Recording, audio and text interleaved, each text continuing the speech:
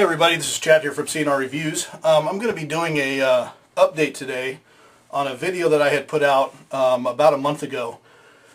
I was actually having a problem with my Glock 26. I had actually just done the review on it, had put about 200 rounds through it, took it to the range, put about 50 rounds through it at the range with some plus P ammo, and I started to notice that if I loaded a new mag, so let's say the slide was cocked back and locked, and I loaded a new mag. When I released the slide, it wouldn't charge the trigger. And then I'd sit there and have to mess with it to actually get it to actually charge the trigger. So I took it home, took it apart, cleaned it, and no problem. It went right back to normal. I couldn't get it to replicate the problem after that. So I ended up talking to a Glock armorer about it. They said that they had heard about the issue before, and to make sure that I don't have any debris inside the trigger area. And I'll go ahead and show you where the area I'm talking about is. Take apart the Glock real quick. So this is the area I'm talking about here. I don't want to block the light, but in here in the trigger area, this is the trigger bar.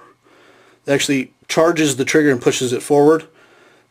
He said there could have been debris in here. There could have been actually debris in the trigger area where that bar actually connects into the trigger. Or the other thing was that I could have a bad connector.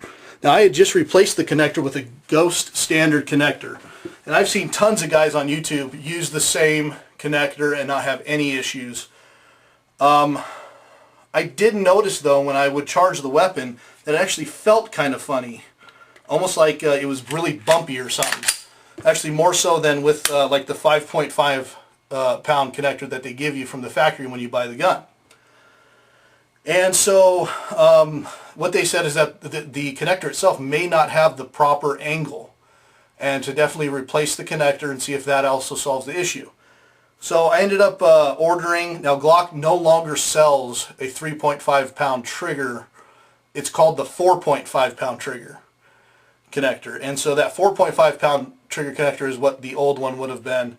When you replace that 3.5 pound connector with the, instead of the 5.5 pound, it only drops the trigger pull to like 4.5 pounds anyway. So Glock named it appropriately. You can find them. I believe I got it from rockyourglock.com. And I want to say I paid $20 and like $5 shipping and handling. And when I ended up getting it, if you compare it to the Ghost trigger connector, it has a really severe angle to it. The Glock 4.5 pound one does. Not only that, it feels like it's way better made than what the Ghost one is. And so I replaced it, and I've even noticed, even charging the weapon, it's no longer got that gritty, bumpy feeling when you charge it. It feels more like what the factory 5.5 pound one did. So I would definitely recommend that connector. It's like $8 more than what the Ghost one is, and for $8, I mean that's nothing. So, and then since then I've taken this out. I've rapid fired the gun multiple times. I've put at least another 150 rounds through the gun and have not experienced the issue again. So that's the update. Just to throw this out at the end, guys, if you're watching this. I have removed the ability to put comments on that Glock problem because I immediately started getting negative stuff. You don't know what you're talking about. You blah blah blah. Glock's the most perfect gun you can buy. And blah blah blah. Well, I'm gonna tell you guys this: you can go out and buy a $3,000, $4,000 Les Bear, Wilson Combat 1911, Springfield XD, whatever. Every gun is not perfect. These guns do have some issues, and some people get a lemon, and some people never have an issue. Glocks are not beyond having issues, and if you read up on it, if you do your research, they've had quite a few issues in the past. Now, since then, they are great guns. There's a reason why I own one. And I'm not saying don't go buy this gun. This gun is fantastic. What I'm telling you is with the experience that I had, so that way if you do experience the same thing, you're not alone. You can ask us a question. Feel free to send me a message if you are having the issue. I'll try to help you as best I can, even if I have to do a video response.